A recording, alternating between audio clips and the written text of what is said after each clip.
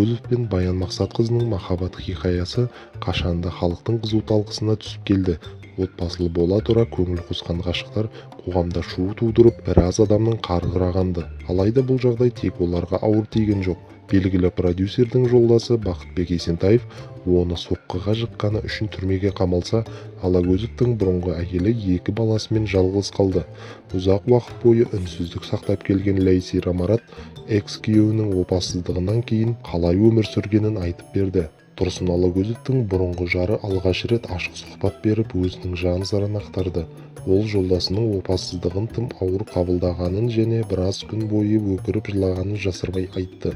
Ол кетіп қалғаннан кейін өмірімде үлкен қайғы орын алды. Менің әлемім қирап қалды, бәрі үзілді. Менде бәрі ешқашан деген сөзге келіп тірелді. Енді бәрі бұрынғыдай болмайтынын түсіндім. Жексенбілік таңғы астарымыз енді ешқашан қайталанбайтынын білдім. Ал қайғы болса оны жоқтағанды қалайды. Мен жоқтадым, ұзақ қайғырдым. Мен көп жыладым, шелектеп жыладым десем де болады, деді кәсіпкер әйел. Лейсира Марат басынан өткен ауыр жағдайды отбасының арқасында еңсеріп шыққанын жасырмады. Отбасым болмағанда мен құритын едім. Күйзелістен шыға алмас едім. Менің ештеңе жасағым келмеді. Орнымнан тұра алмай жата бердім. Бірінші анам келіп, шапалақ беріп, мені сол күйімнен оятуға тырысты. Алайда ол көмектеспеді. Мен толығымен қайғырып болуым керек болды, деді ол.